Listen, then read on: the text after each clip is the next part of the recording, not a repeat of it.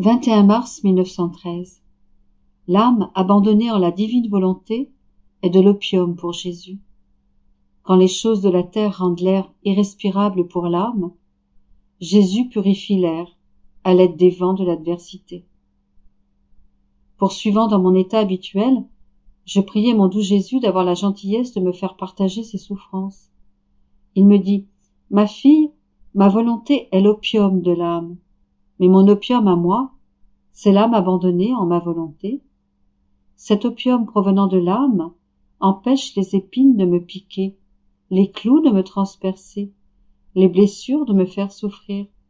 Il soulage tout en moi, il endort tout. Si donc tu m'as donné de l'opium, comment peux-tu vouloir que je te fasse partager mes souffrances? Si je ne les ai pas pour moi-même, je ne les ai pas pour toi non plus. Je lui dis, ah Jésus, tu es bon de m'arriver avec cela. Tu te moques de moi, en prenant des mots qui te permettent de ne pas me contenter. Il me répondit, non, non, c'est vrai, c'est réellement comme cela. J'ai besoin de beaucoup d'opium, et je te veux complètement abandonné en moi, de sorte que je ne te reconnaisse plus comme étant toi-même, mais comme étant moi-même, et que je puisse ainsi te dire que tu es mon âme, ma chair et mes os. En ces temps, j'ai besoin de beaucoup d'opium, car si je me réveille, je vais déverser un déluge de châtiment. Puis, il disparut. Il revint un peu plus tard et ajouta, ma fille, il arrive souvent pour les âmes ce qui se produit dans l'air. À cause de la mauvaise odeur qui s'échappe de la terre, l'air devient lourd et un bon vent est nécessaire pour éliminer cette mauvaise odeur. Ensuite, après que l'air ait été purifié et qu'une brise bienfaisante se soit mise à souffler, on a le goût de garder la bouche ouverte afin de mieux profiter de cet air purifié. La même chose se produit pour l'âme. Souvent, la complaisance, l'estime de soi, l'ego et tout ce qui est humain alourdissent l'air de l'âme, et je suis forcée d'envoyer les vents de la froideur, de la tentation, de l'aridité, de la calomnie, pour qu'ils nettoient l'air, purifient l'âme et la replacent dans son néant.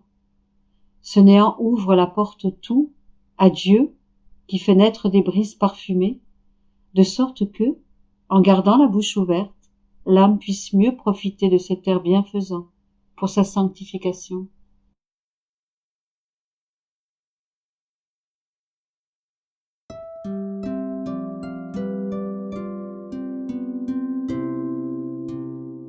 « 21 mars 1914. Jésus ne peut s'empêcher de faire connaître aux âmes qui vivent dans sa volonté la grandeur de son amour pour elles et les grâces dont il les comble. Jésus me dit, ma fille, j'aime tant l'âme qui vit dans ma volonté que je dois beaucoup me retenir pour ne pas lui montrer à quel point je l'aime, les grâces dont je l'inonde sans cesse et combien je ne cesse de l'embellir.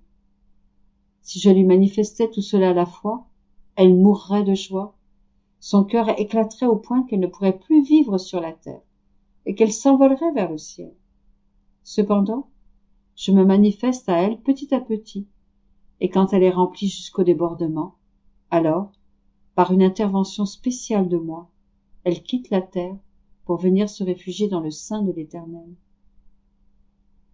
Je lui dis, Jésus, ma vie, il me semble que tu exagères. Souriant, il me répondit, non, non, ma bien-aimée, je n'exagère pas. Celui qui exagère risque de décevoir, mais ton Jésus ne saurait te décevoir. En fait, ce que je t'ai dit n'est rien. Tu seras autrement surprise quand, après avoir quitté la prison de ton corps, tu seras plongée dans mon sein et que tu connaîtras totalement ce que ma volonté te fera atteindre.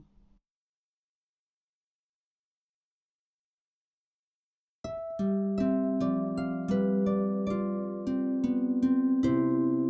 21 mars 1922. Le double sceau du fiat sur les choses créées. Me trouvant dans mon état habituel, je pensais à la sainte divine volonté. Mon toujours aimable Jésus me prit dans ses bras, me pressa contre lui et poussa un long soupir. J'ai senti son souffle pénétrer jusqu'à mon cœur. Il me dit, fille de ma volonté, Mon souffle tout-puissant infuse en toi ma vie, car mon souffle soutient sans cesse les âmes qui vivent dans ma volonté. En donnant son souffle à une âme, ma volonté fait fuir tout ce qui ne m'appartient pas, de telle sorte que ma volonté devient le seul air qu'elle respire. Quand le corps respire, il aspire de l'air, et ensuite il expire. Pareillement, l'âme vivant dans ma volonté est dans l'acte continuel de me recevoir et de se donner à moi. Ma volonté se répand dans toute la création. Il n'y a rien sur lequel elle n'a pas mis son sceau. Quand elle prononça son fiat pour créer les choses, ma volonté prit possession de tout et en devint le soutien. Elle désire que toutes les choses habitent en elle, de telle sorte qu'elle en reçoive un retour pour ses actes nobles et divins. Elle veut voir sa brise, ses parfums et sa lumière couler à travers tous les actes humains, de telle manière que coulant ensemble, les actes des créatures et ceux de ma volonté fusionnent en un seul. C'était le seul dessein de la création, que toutes les volontés soient comme une seule volonté. Voilà ce que je veux, ce que je propose, et ce à quoi je m'attends. C'est la raison pour laquelle je désire si ardemment que ma volonté soit connue. Je veux faire connaître sa valeur et ses effets, afin que les âmes qui vivent en elle diffusent dans toutes les choses des émanations de leur volonté, imprégnées de la mienne, comme un air parfumé. Je veux que ces âmes imprègnent tous leurs actes de ma volonté, pour que soit atteint l'objectif premier de la création. Ainsi, par ces âmes, toutes les choses créées auront un double sceau, le sceau de mon fiat ayant provoqué la création, et le sceau de l'écho de ce fiat, émanant des créatures vivant dans ma volonté.